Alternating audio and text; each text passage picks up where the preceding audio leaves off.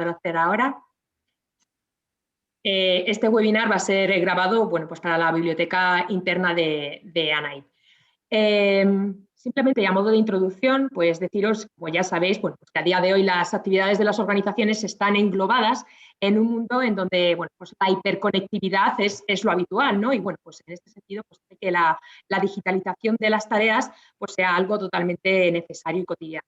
Por esto mismo, la seguridad de los datos que se generan dentro de las actividades pues se convierte en algo totalmente primordial, porque como sabéis, bueno, pues ya este tipo de actividades la pérdida de los mismos pueden generar muchas pérdidas, no solamente económicas, sino que también pueden generar pérdidas de prestigio como empresa.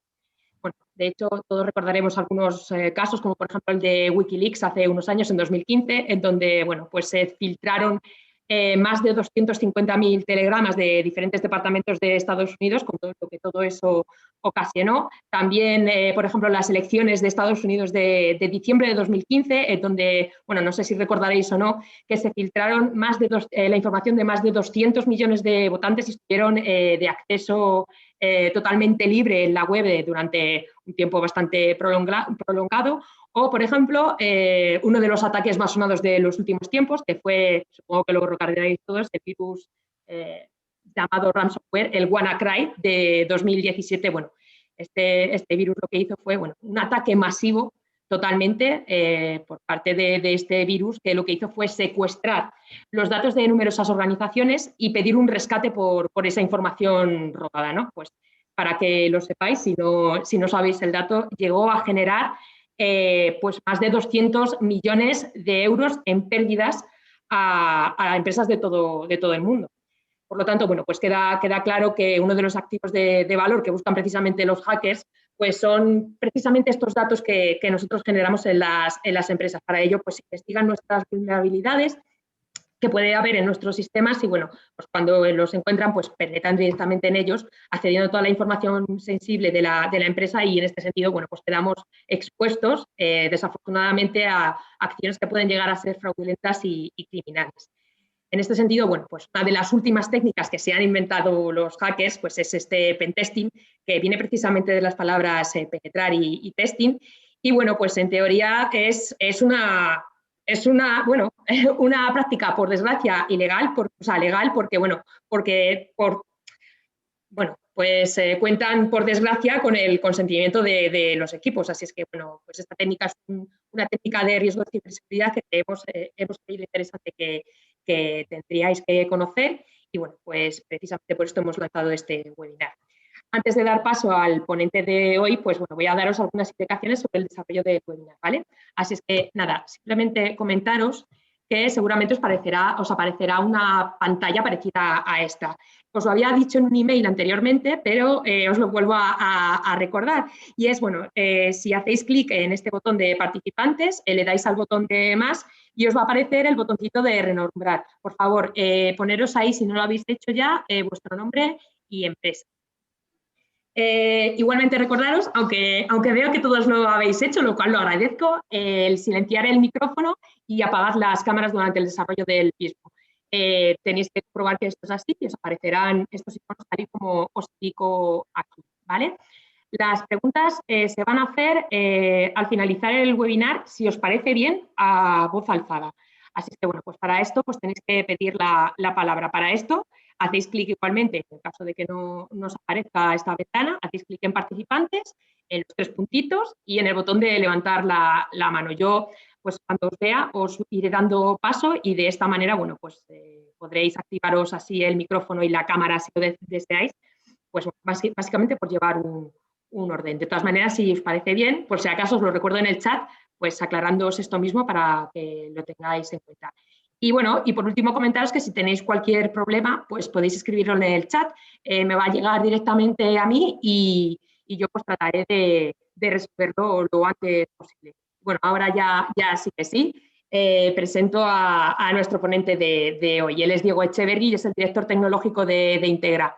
Desde hace más de 25 años está vinculado a Integra Formación y Comunicación, bueno, pues desarrollando labores técnicas y de gestión en distintos departamentos de la empresa. Antes ha desarrollado su carrera profesional ocupando distintos cargos en el ámbito del análisis y desarrollo de aplicaciones en empresas en el sector editorial. Ahora mismo dirige los departamentos de Internet, soporte, seguridad y protección de datos en Integra, que no es para menos. Así es que, bueno, pues sin nada más que añadir, dejo de compartir pantalla y, Diego, pues cuando quieras puedes empezar. Muy bien, vamos a compartir. Y ponemos esto. Vamos a ver. ¿Se ve? Perfectamente, sin problema. Perfecto. Bueno, pues buenos días y bienvenidos todos a este webinar sobre ciberseguridad. Quiero empezar haciendo una pequeña introducción que va a explicar un poco dos aspectos. El primero es, evidentemente, el segundo será cuestiones de carácter muy práctico. Vamos a hablar de qué es, cómo se hace, cómo se puede proteger una empresa.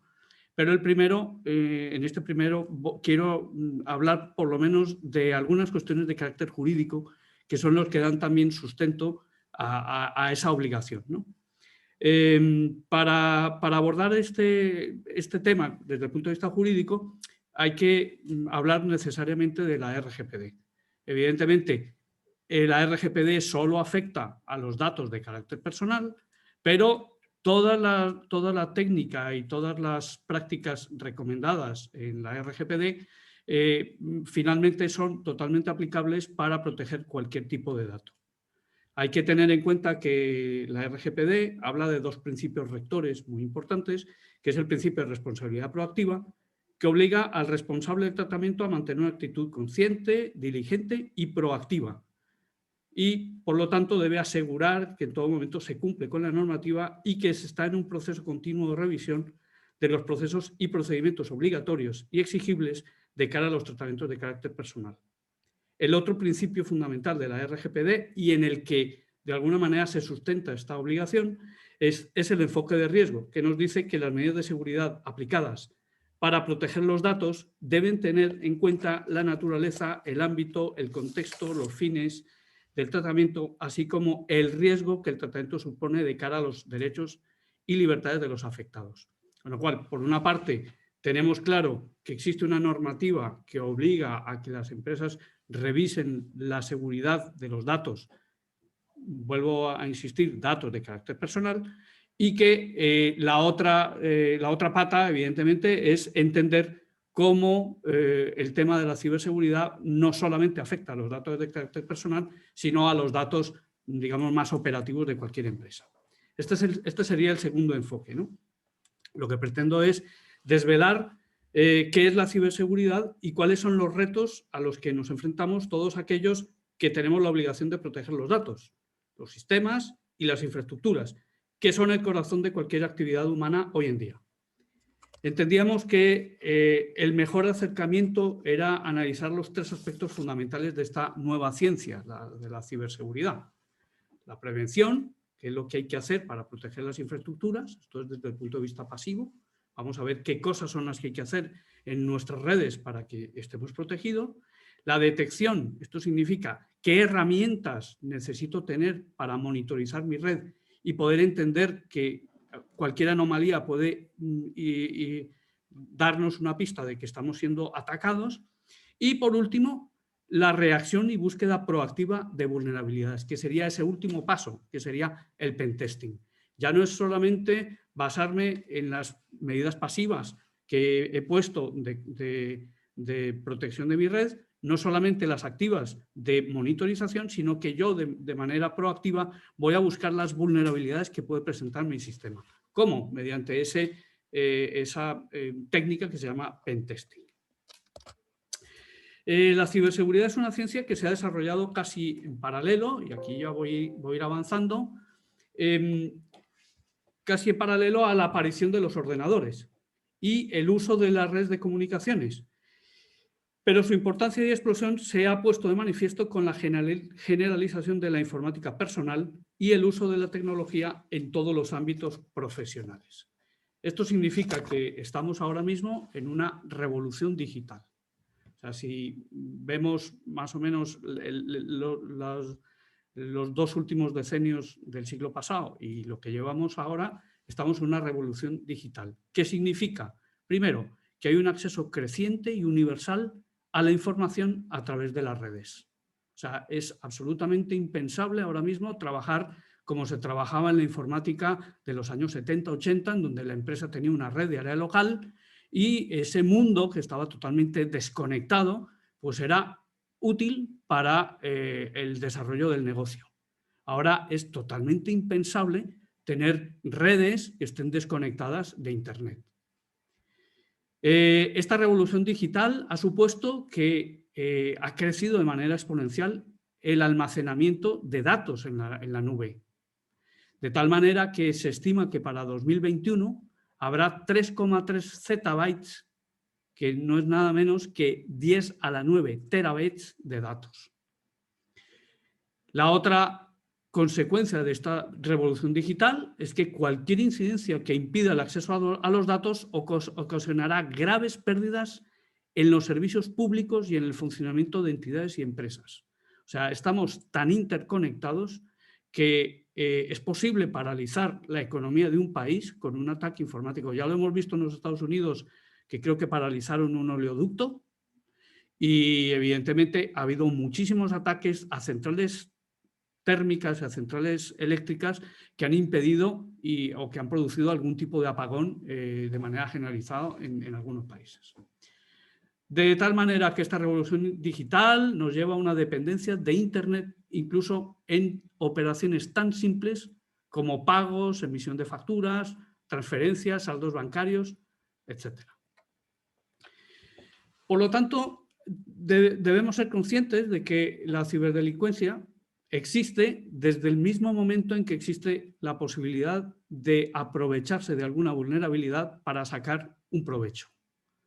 Quiero decir, la ciberdelincuencia pretende aprovechar la dependencia tecnológica en el acceso a los datos para buscar vulnerabilidades.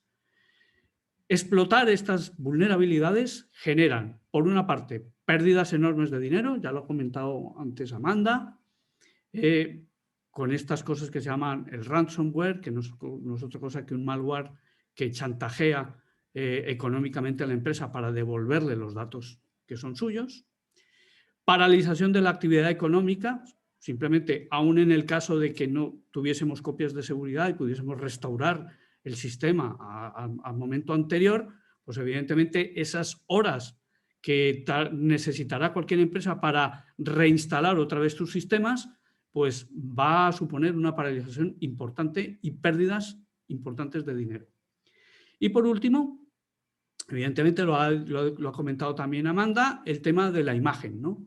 Es un tema que está a la orden del día. Todas las empresas, sobre todo las compañías de seguros y los bancos, son muy proclives a tener pérdidas importantes por pérdidas de imagen, ¿no? Nadie quiere, una vez que se sepa que un banco ha sido atacado o que una compañía de seguros ha sido atacado, la gente deja de confiar automáticamente en esa entidad. La ciberseguridad es el quinto riesgo en probabilidad de ocurrencia según el Global Risk Report de 1919 del World Economic Forum, con lo cual estamos hablando de un riesgo muy importante. Para entender un poco cómo funciona y para que veáis la cantidad de aspectos que hay que tener en cuenta en esto de la ciberseguridad, vamos a hablar de los distintos vectores de ataque. O sea, para que entendamos, un vector de ataque al final es un vehículo a través del cual se puede conseguir esa quiebra de la seguridad. Por una parte tenemos como vector de ataque las vulnerabilidades presentes en los propios sistemas operativos que permiten el aprovechamiento de esas puertas traseras o backdoors, permite el aprovechamiento de escalado de privilegios o incluso la denegación de servicios. Es importante, por lo tanto, que todo el mundo entienda que no se puede trabajar en el siglo XXI con sistemas operativos anticuados o con sistemas operativos que no estén actualizados. O sea, esta es una de las principales vectores de ataque que se utilizan. El segundo, vulnerabilidades en las aplicaciones. Todos los que hemos desarrollado aplicaciones en algún momento de nuestra vida, sabemos lo importante que es la validación de datos en los formularios de entrada de datos. O sea, esto parece una cosa muy técnica, parece una cuestión que no debería afectar a mucha gente, pero os puedo decir que hay una cantidad enorme de vulnerabilidades provocadas por precisamente no validar correctamente los datos de entrada, ¿vale? Aquí solamente lo voy a decir de paso, pero para que entendáis que existe una serie de técnicas importantes como puede ser la violación de segmento, el cross-site scripting o la inyección de SQL. Quiero decir, aprovechar que no existe una validación en un campo de entrada para provocar una sentencia SQL que devuelve datos a un atacante malicioso, ¿vale? El otro vector de ataque son las vulnerabilidades en la red. Creo que es importante que, digamos, que en esa fase de la que hemos hablado antes, de la prevención, pues es absolutamente imprescindible que toda empresa entienda que debe tener un firewall, que debe establecer políticas de seguridad para entender quién puede acceder a qué sitio, que tenga un sistema de prevención de intrusiones, que tenga también un sistema de detección de intrusiones y que evidentemente se monitorice el tráfico de tal manera que podamos entender cuáles son aquellas actividades o anomalías que nos permitan entender que hay alguien que está intentando aprovechar una vulnerabilidad o por lo menos buscarla. En este último punto, en el de las vulnerabilidades de red, hay que tener en cuenta que existe una técnica muy conocida que se llama el man in the middle, que es simplemente un sniffer, que es alguien que es capaz de interceptar el tráfico entre dos servidores o entre un servidor y un cliente y poder desvelar información crítica que pueda estar circulando entre los dos. Esto lo vamos a ver en un ejemplo un poco más adelante. Y por último, y el más grave de todos y el más complicado de controlar, son las vulnerabilidades por el factor humano. A través de técnicas de ingeniería social, estos ciberatacantes lo que consiguen es engañar al usuario para que de una manera pues, subrepticia poder entrar en la red y poder aprovechar esas vulnerabilidades. Ya estamos acostumbrados, pero es necesario que recordemos el caso de envío de facturas que parece que son facturas, que parece que son de alguien que conocemos, pero que por falta de atención no vemos que viene de una cuenta de correo extraña o que realmente el cuerpo del mensaje no corresponde con lo que el tipo de conversación que mantendrías con ese proveedor. Y finalmente la gente lo que hace es pinchar en una cosa que cree que es una factura y resulta que lo que estás haciendo es creando una vulnerabilidad más en tu sistema. Con lo cual, es importante que se hagan cursos de formación y de sensibilización entre el personal para entender cómo actuar en todo caso cuando estamos interactuando con cuestiones de carácter correos electrónicos, o suplantación de identidades en la red, etc. O sea, dar esas instrucciones para que la gente lo entienda. Como tipos de malware, simplemente decir que malware es todo ese software malicioso que causa un mal funcionamiento, un daño al sistema y que por las características que hay, pues se han dividido más o menos en estos seis tipos, ¿no? El ransomware, ya lo hemos hablado, es este que encripta la información que hay en un disco duro y se te pide un rescate. Si tú no pagas el rescate, pues evidentemente no te dan la clave para desencriptar ese disco duro. El problema con todo esto es que evidentemente todo esto se trabaja con la red oscura, estamos hablando con bitcoins, con cosas que no pueden ser perseguidas o seguidas fácilmente, con lo cual en esto los ciberdelincuentes encuentran pues, un campo de acción pues, prácticamente de impunidad, ¿no? Tampoco se garantiza que pagando el rescate te den la clave, con lo cual tenemos un doble daño, el daño de los datos y el daño o perjuicio económico que puede suponer ese ransomware. Por otra parte está el spyware, que roba tus datos, te va continuamente siendo acopio de datos de carácter personal que pueden contener información crítica de la empresa o que pueden ser datos de carácter personal que pueden ser explotados para otras cuestiones. El adware es el menos dañino de todos estos, simplemente muestra publicidad. Los gusanos, que tienen la capacidad de propagarse entre los distintos equipos y provocar daños. Los troyanos, que al final introducen un malware en tu PC. Y las redes de robots que utilizan tu ordenador y los recursos de la empresa como potencia de cálculo para hacer ataques a un tercero. Con lo cual, vamos viendo que la cantidad de software malicioso que se puede utilizar es enorme. Siempre que se hace un curso de ciberseguridad, aparece esto, que se llama un ejemplo de una APT, que es una amenaza persistente avanzada.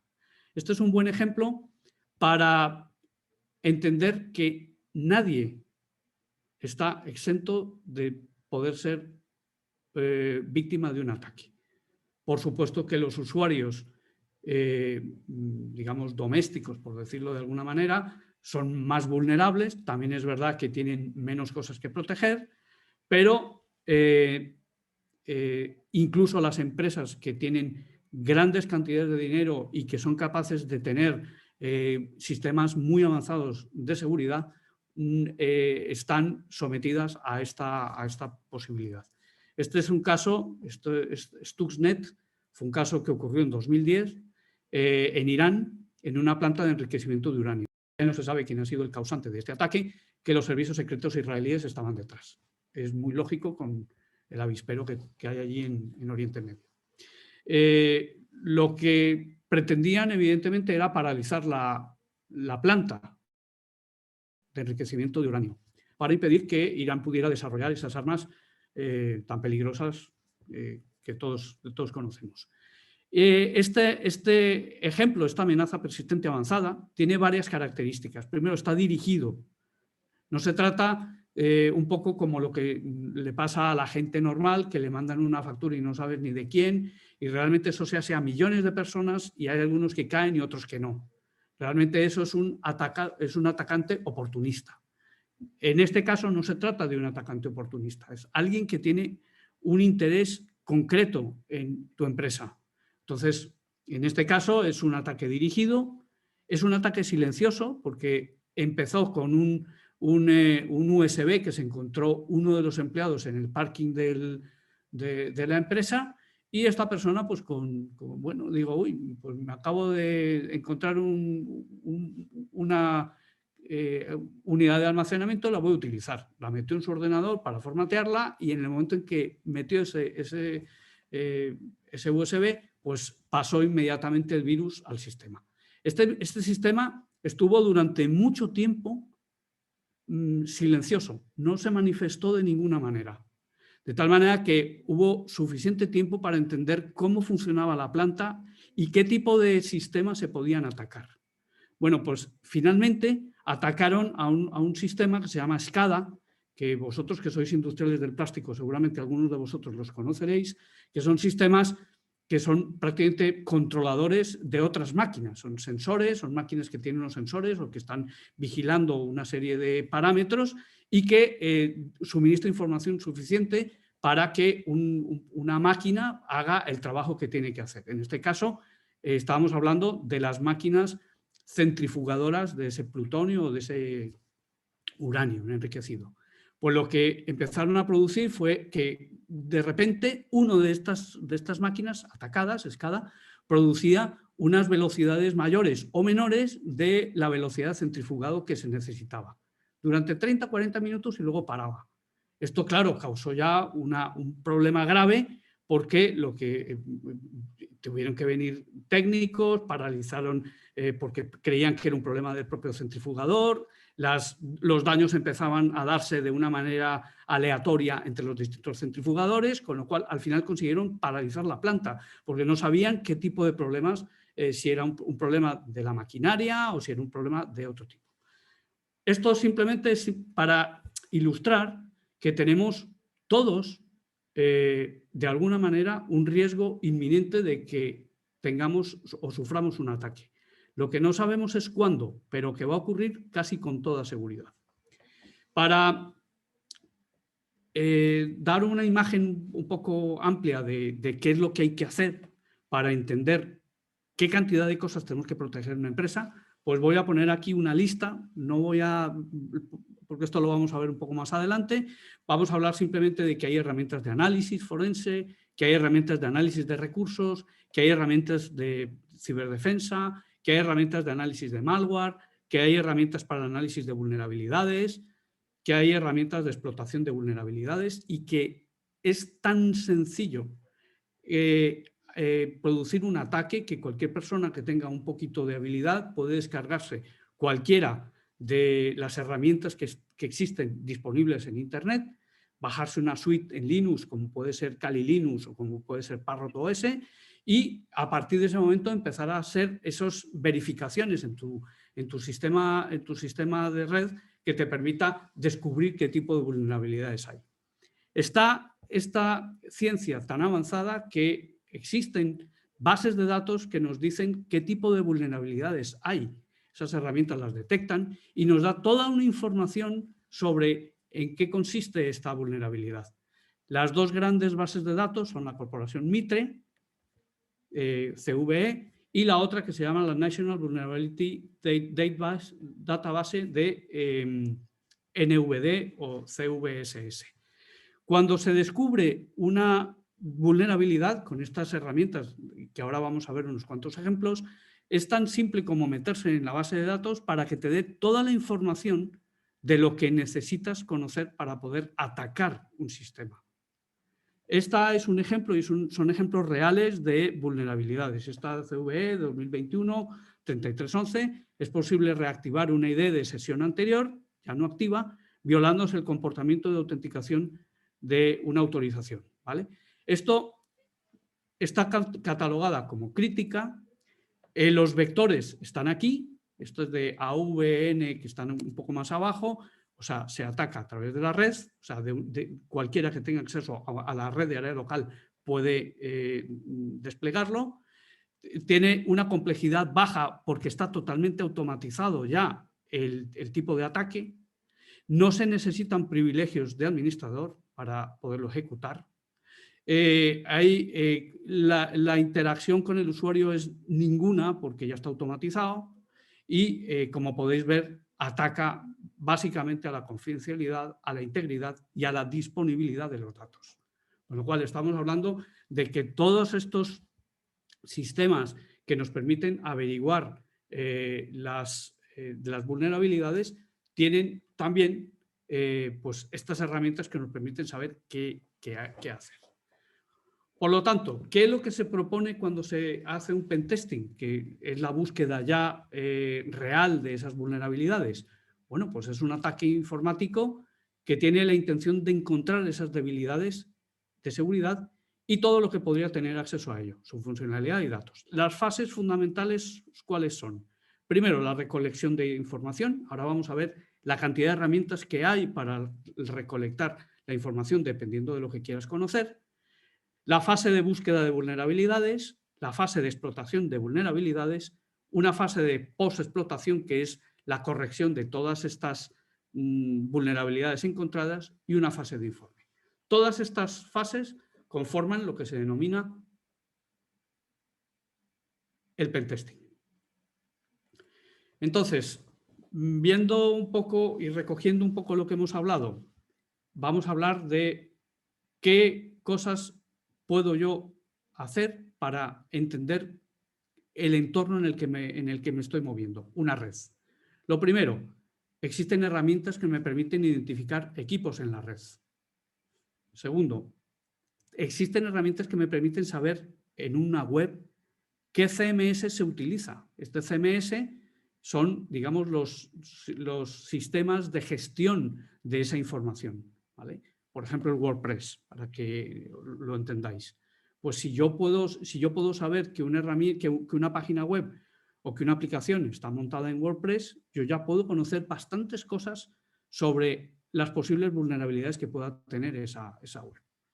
Puedo, por supuesto, hacer búsquedas que me permitan identificar el propietario de un dominio y saber quién es. y la identificación de los DNS, dónde están alojados esos DNS, cómo puedo encontrar objetos, archivos y directorios ocultos si conozco el CMS, o sea, el sistema sobre el que está montado mi página web, porque estos son directorios estándares, con lo cual yo sé qué estructura tiene la página web, aunque no pueda, aunque ninguna de las páginas web publicadas me lleve a esos sitios. Puedo tener herramientas de vulnerabilidad de sistemas, ahora vamos a ver cuáles son, y analizar finalmente las aplicaciones web.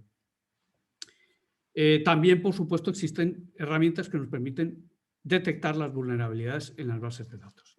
Dependiendo de cuál es mi objetivo, yo voy a intentar o bien obtener ventaja conociendo las contraseñas, o bien conociendo las redes inalámbricas, atacando la propia seguridad de la red inalámbrica, o puedo también hacer técnicas de escaneo y suplantación, y finalmente herramientas de explotación de vulnerabilidades.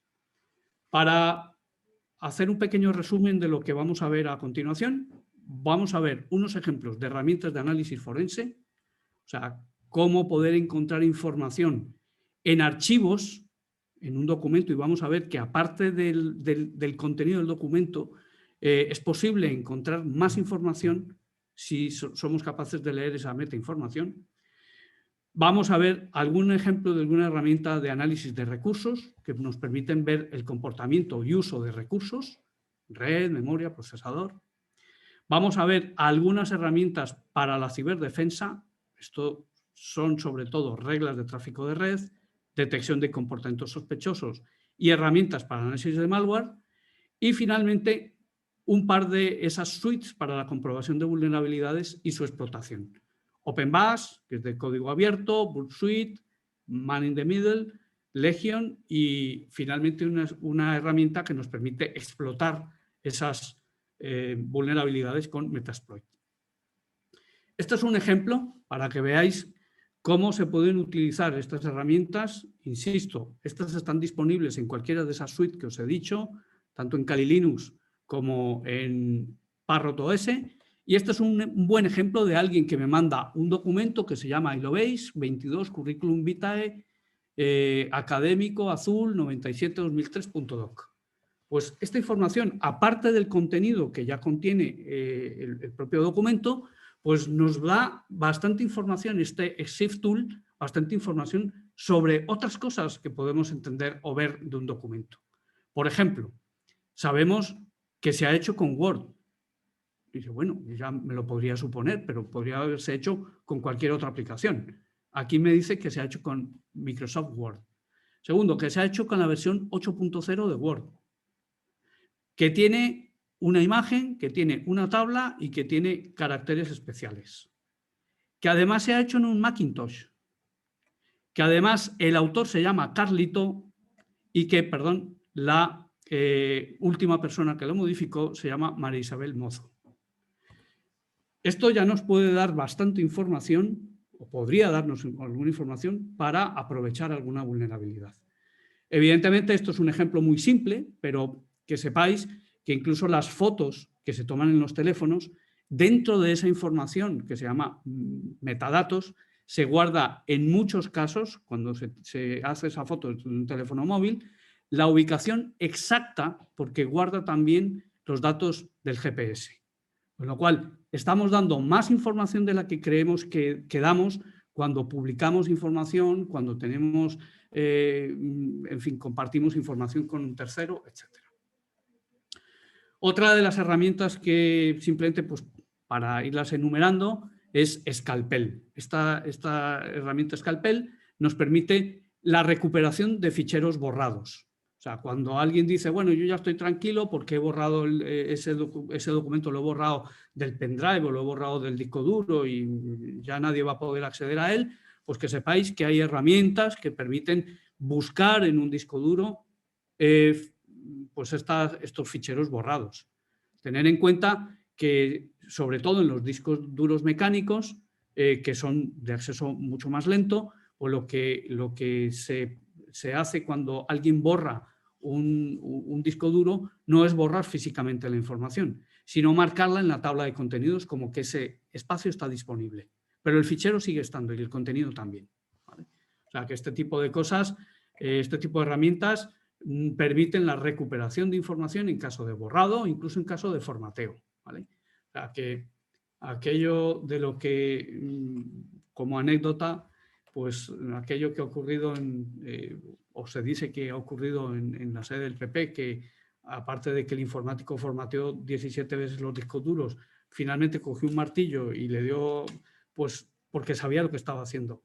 Sabía que la información es posible recuperarla desde un disco duro. Otra de las herramientas que quiero comentar aquí es el IDAPRO. O sea, es posible entender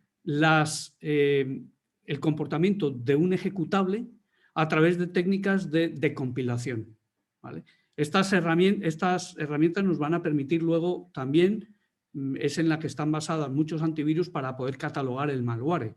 Porque si os dais cuenta, en lenguaje máquina, yo estoy viendo las instrucciones que se están generando, independientemente del tipo de ejecutable que yo tenga. Puedo decir, no, es que yo lo he hecho en C, no, es que yo lo he hecho en Visual Basic, da igual. O sea, al final hay que traducir, el compilador lo que hace es traducirlo en lenguaje máquina, y el lenguaje máquina lo que me está dando aquí, en este caso concreto, es las instrucciones que se pueden seguir. Con lo cual, un ejecutable también podría dar información sobre cuál es el comportamiento que tiene un determinado aplicativo. Simplemente comentar que dentro de las herramientas importantes para conocer el estado de mi red están las herramientas de análisis de recursos. Estas herramientas de análisis de recursos, he puesto aquí una muy conocida, la de Windows, es una herramienta básica.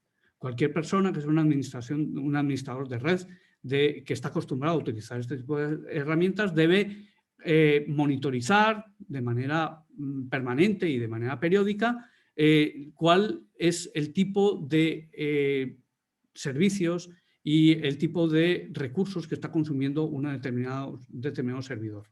Con lo cual es fácil para alguien que sabe qué tipo de servicios están montados en un servidor, si algo anómalo pues está produciendo o más consumo de memoria o más consumo de recursos de proceso o más disco, ¿vale? Con lo cual estas herramientas son fundamentales. Dentro de las herramientas para ciberdefensa, decir simplemente que de esas herramientas de protección pasiva está evidentemente el establecer una política de seguridad. La política de seguridad no es otra cosa que establecer cuáles son el tráfico permitido entre los distintos servidores. Aquí hay un ejemplo de algo que consideramos básico y que debe hacerse en todos los servidores.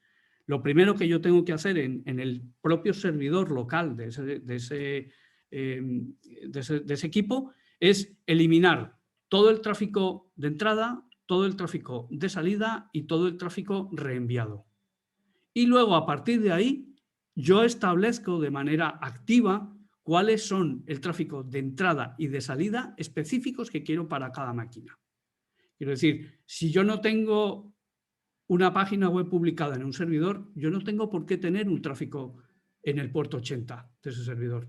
Luego tengo que eliminar ese tráfico o activarlo en el caso de que sí tenga yo una página web. Aquí, como vemos este ejemplo, si el servidor sí tiene un servicio de páginas web, pues deben estar borrados el resto de servicios o de tráfico generado y debe estar disponible este, ¿vale?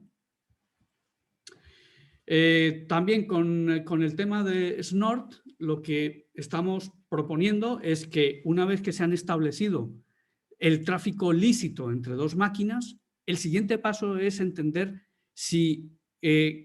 qué volumen de tráfico es el considerado normal entre esas dos máquinas. Por ejemplo, si yo puedo entender que hay alguien que me está haciendo 1000 peticiones en un minuto a una máquina, yo podría o debería entender que aunque ese tráfico es lícito entre esas dos máquinas, yo podría entender que el volumen de esas peticiones me pueden dar una información sobre que estoy siendo atacado. Con lo cual, lo que se pretende con esta con esta herramienta de Snort es, sobre el tráfico permitido, establecer alertas que me permitan entender cuándo un tráfico válido entre dos máquinas se convierte en una posibilidad de un ataque. ¿Vale? Para el análisis del malware, y ya hemos visto que es posible entender cuál es el comportamiento de un ejecutable, pues en esta herramienta Yara lo que hace es utilizar precisamente el conocimiento que ya se tiene sobre los distintos malwares que hay para clasificarlos, ¿vale? Entonces esto aquí simplemente es un ejemplo de cómo yo, entendiendo que se está llamando a un determinado procedimiento y que se utilizan unas determinadas librerías, yo puedo saber exactamente qué tipo de amenaza puede suponer un determinado malware. Dentro de las suites para la comprobación de vulnerabilidades y su explotación, voy a hablar aquí de dos de ellas. La más sencilla, la más simple, Legión, que como veis yo marco cuál sería el equipo que quiero comprobar y automáticamente él empieza a hacer una serie de comprobaciones y me va diciendo qué tipo de puertos están abiertos, qué versiones hay instaladas de cada una de estos servicios y a partir de ahí encontrar cuáles son las vulnerabilidades. O sea, si yo tengo un servicio que está basado en una versión desfasada de algo, con toda seguridad voy a tener una vulnerabilidad explotable. Otra de las técnicas que se utilizan para conocer un poco el tráfico, y esto es un ejemplo real, es lo que se denomina la técnica de hombre del medio. Esto no es otra cosa que poner un equipo que pueda interceptar el tráfico que hay entre dos máquinas o entre un cliente y un servidor y a partir de ahí, si no está ese tráfico encriptado, pues poder conocer qué tipo de información se están transmitiendo. Y para que veáis que esto es bastante grave, pues mirad cómo aquí vemos en la parte final cómo yo estoy introduciendo en una ventana un usuario y además la contraseña. Con lo cual, todo aquel tráfico que se establezca entre dos máquinas y que no esté encriptado, que no tenga un certificado, es vulnerable porque es posible aplicar esta técnica y son técnicas sencillas de utilizar. Vamos ya por el final, hablando que hay otra de estas suites para la comprobación de vulnerabilidades, una de las más conocidas, además de código abierto, es esta que se llama OpenBus. Como veis, son herramientas que ya contienen un dashboard que nos permiten conocer pues, el estado de cada una de esas máquinas, nos clasifican el tipo de vulnerabilidades que hay, dependiendo de si es alta, media o baja, y además nos identifica cada una de esas vulnerabilidades con esa tabla de la que ya habíamos hablado. Una vez que yo tengo una vulnerabilidad y conozco esa tabla de clasificación, pues yo puedo ir a una herramienta como esta que se llama Metasploit. Esta herramienta Metasploit, aquí lo que estoy diciendo es, yo ya sé qué vulnerabilidad puedo utilizar, porque yo ya conozco esa vulnerabilidad, ya me la han dado estas máquinas que me han detectado esa vulnerabilidad. Yo lo único que tengo que hacer aquí es utilizar ese exploit, o sea, utilizar un exploit específico para esa vulnerabilidad. Le paso los parámetros de la máquina que quiero atacar y a partir de ahí es tan simple como esto. Llego al punto en el que yo soy capaz de conectar con la máquina y entrar en el sistema. Por último, y esto ya para ir acabando, a ver las conclusiones. La ciberseguridad o seguridad tecnológica, pues yo creo que es una cuestión candente. Creo que estamos todos de alguna manera expuestos, tanto las personas normales que utilizamos las redes sociales y que utilizamos bancos, etcétera, y teléfonos y tabletas, como las empresas. Es una metodología que hace uso de estándares, protocolos y métodos. y que lo más importante es que la ciberseguridad debe aplicarse al software, o sea, a las bases de datos, metadatos y archivos, al hardware y a las redes de ordenadores. Y lo más importante de todo esto es que aquí está la viñeta en la que hay un supuesto enfrentamiento de seguridad de datos, en donde aquí hay un montón de cacharros, hardware, software de protección, de encriptación y todo esto. Y en este otro lado tenemos pues el factor humano, que mediante engaños permite finalmente abrir una red que pudiera ser, vamos, que aunque fuese libre, libre de vulnerabilidades, pues va a generar automáticamente pues, un agujero. Y esto es todo. Muchísimas gracias a vosotros y esperamos vuestras preguntas. Pues muchas gracias, Diego. La verdad es que es abrumador todas las herramientas que pueden llegar a existir precisamente pues para identificar posibles vulnerabilidades que tengan nuestros sistemas. Bueno, pues ahora mismo ha llegado el turno de preguntas. Como decía, si queréis, pues podéis ir levantando la mano para que os pueda ir dando paso y que, bueno, pues tanto si queréis que sea a voz alzada, pues os podéis activar el micro cuando os dé paso, y si no, pues os lo podéis escribir en el chat y yo se lo paso a Diego sin problema. Pero bueno, mientras tanto, yo me he apuntado aquí algunas preguntas según iba avanzando el webinar, así que si te parece bien, pues yo te las voy haciendo mientras tanto. Pues adelante. Vale, a ver, ahora mismo con el tema de la pandemia, bueno, pues hay empresas que ahora mismo están a caballo, pues trabajando en casa y luego después en la oficina o directamente teletrabajando directamente desde casa. En este sentido, ¿cómo una persona se puede proteger desde casa? Porque esto se entiende muy bien desde un ámbito empresarial, pero desde casa, ¿cómo funciona esto? Pues muy buena pregunta. Yo creo que uno de los grandes problemas que ha habido con el tema del despliegue tecnológico que hemos necesitado para abordar el tema de la pandemia ha sido que la gran mayoría de las empresas han tenido que acelerar ese proceso y dotar, digamos, de alguna manera a las empresas para que los trabajadores puedan entrar en las redes de las empresas. Pero esto no siempre se ha hecho con todas las medidas de seguridad necesarias.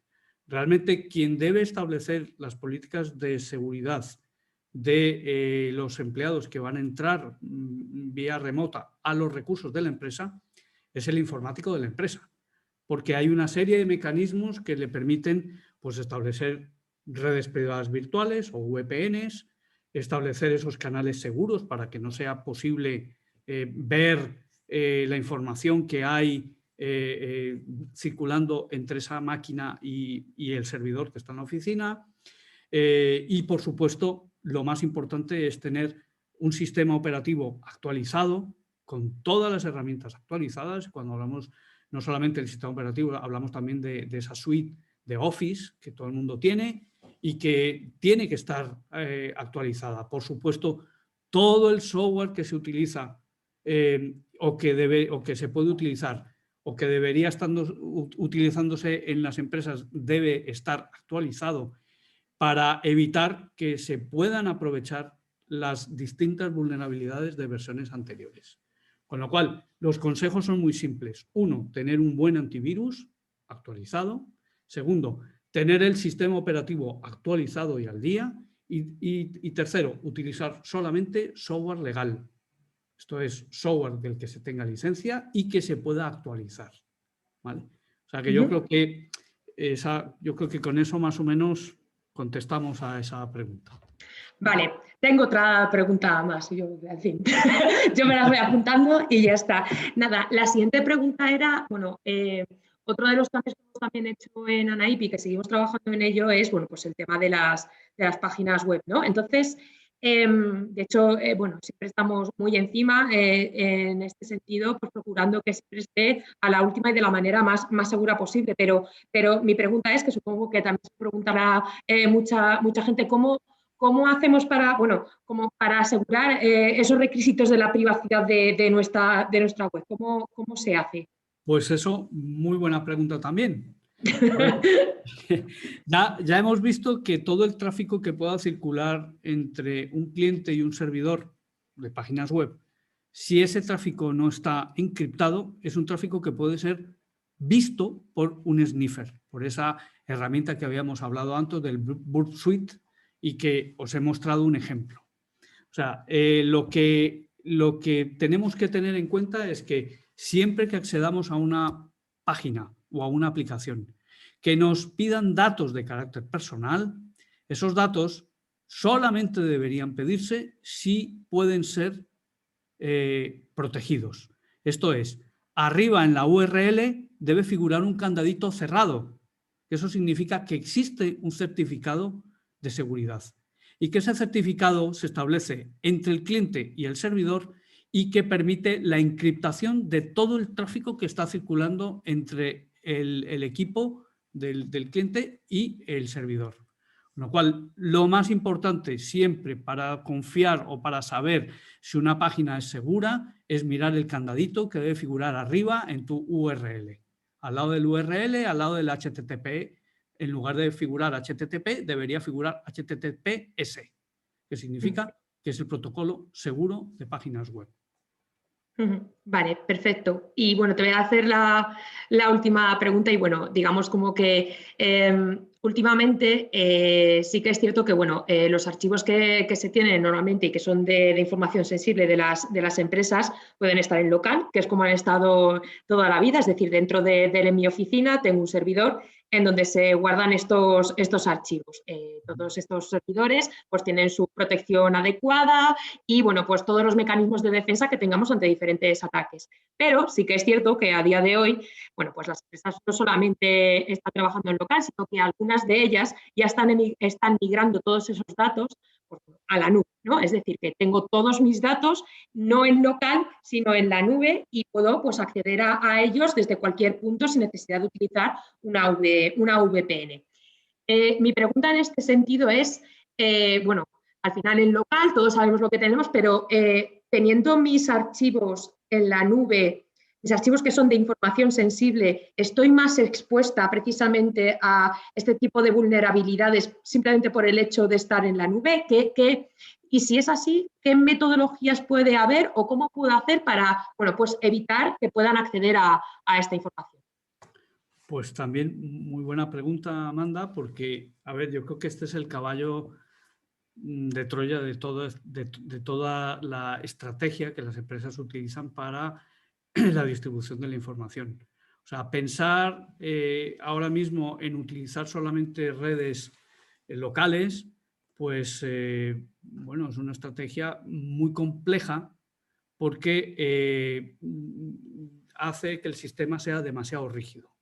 Todos sabemos que cuando se comparte la información en la nube, pues lo que mejor se puede hacer es que el propio usuario decide con quién desea compartir esa información y qué tipo de privilegios quiere darle, ¿no? Con lo cual, estamos hablando de un sistema muchísimo más flexible. Cuando esa información está en una red de área local, necesitas necesariamente que el administrador de esa red sea el que decida qué permiso se le otorga a qué fichero, a qué rol y a qué usuario.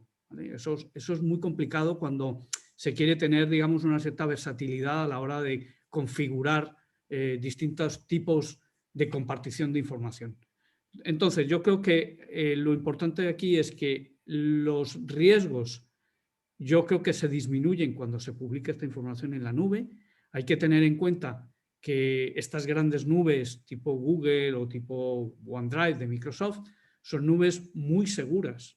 Son nubes que tienen todas estas herramientas de las que hemos hablado de monitorización, todas estas de que hemos hablado de prevención, de estas políticas de seguridad, están verificándose de manera continua. Pero, como todo en la vida, pues hay un pequeño problema y es que los usuarios están accediendo a esa información y es precisamente los equipos de los usuarios los que presentan mayor número de vulnerabilidades. Esto lo hemos comentado antes de estoy accediendo desde casa a la red de la empresa en local, pues aquí pasa exactamente lo mismo cuando estoy accediendo a la nube.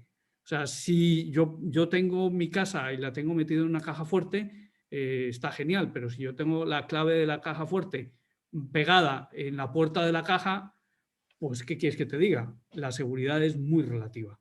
Con lo cual, volvemos a lo mismo. Es necesario hacer una política de revisión de cuáles son las condiciones que se le va a permitir a la gente acceder a estas nubes y qué características deben tener los sistemas operativos y las condiciones de las redes de área, vamos, local o domésticas para permitir ese acceso.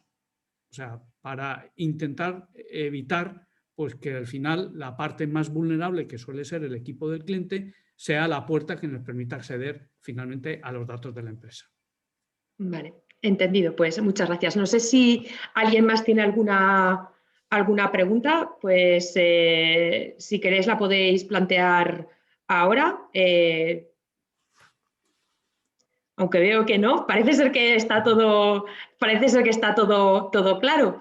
De todas maneras, bueno, pues si tenéis alguna duda en este sentido, alguna inquietud, la podéis decir ahora sin problema alguno. O también, si queréis, podéis mandarla al correo electrónico a Amanda o a mí en el correo electrónico que estáis viendo. Eso y con es. muchísimo gusto daremos toda la información, o si me queréis llamar por teléfono también podéis hacerlo y os dejo toda la información para que me llaméis si alguien tiene una consulta, una duda, cualquier cuestión relacionada con la ciberseguridad.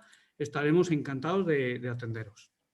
Vale, dicen que ha sido un webinar muy claro y muy explicativo. Entonces, bueno, Luis, si quieres despedir tú el webinar, que no sé si está por aquí o no. Sí está. Vale. Pero tiene que activar el micrófono ahora. Bueno, yo simplemente pues dar las gracias a Diego. Diego es proveedor de Anaip, como os podéis imaginar, y en Anaip pues la verdad es que desde que estamos trabajando con ellos pues no hemos tenido ningún problema. Tocamos madera porque esto no es garantía de nada, pero nos hacen sentir confortables con los temas de seguridad. Dentro de que, bueno, en Anaip tampoco es que manejemos una cantidad de información desbordante, pero la que tenemos pues es muy importante para nosotros y nos gusta tenerla protegida. Antes le preguntaba a Diego, antes de empezar la reunión, sobre la conveniencia o no de los ciberseguros.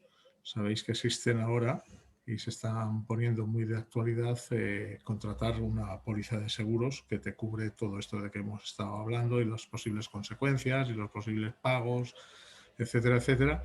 Y me animaba mucho a hacerlo, ¿no? Y de hecho, pues acabamos de pedir una oferta para Anaip. Se está hablando de cifras muy módicas y a lo mejor es una buena idea, si no lo tenéis ya en vuestras empresas, que os lo podáis plantear, porque hoy en día pues hay que estar lo más protegido y lo más asegurado posible, porque nunca sabes por dónde nos puede llegar. Daros las gracias a todos los que habéis asistido. Muchas gracias por vuestra asistencia. Es un placer teneros con nosotros. Y nada, despedirme de todos vosotros. Y, insisto, muchas gracias tanto a Diego como a Amanda, que lo haces muy bien, Amanda. Se ve que ya tienes tablas, ¿eh? Esto de los webinars, ¿eh? Muchas gracias. Y a todos vosotros, buenos días. Muy buenos días. Hasta luego. Hasta luego. Buenos días por vuestra asistencia. Gracias.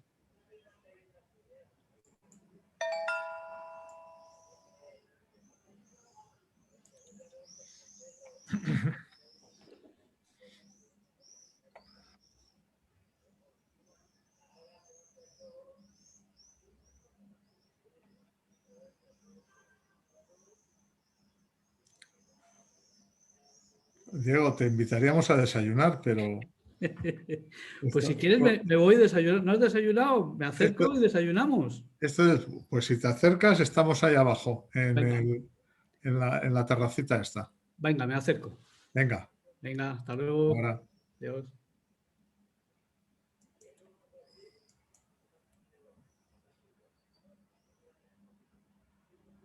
Adiós, Amanda. Adiós. Chao. Chao.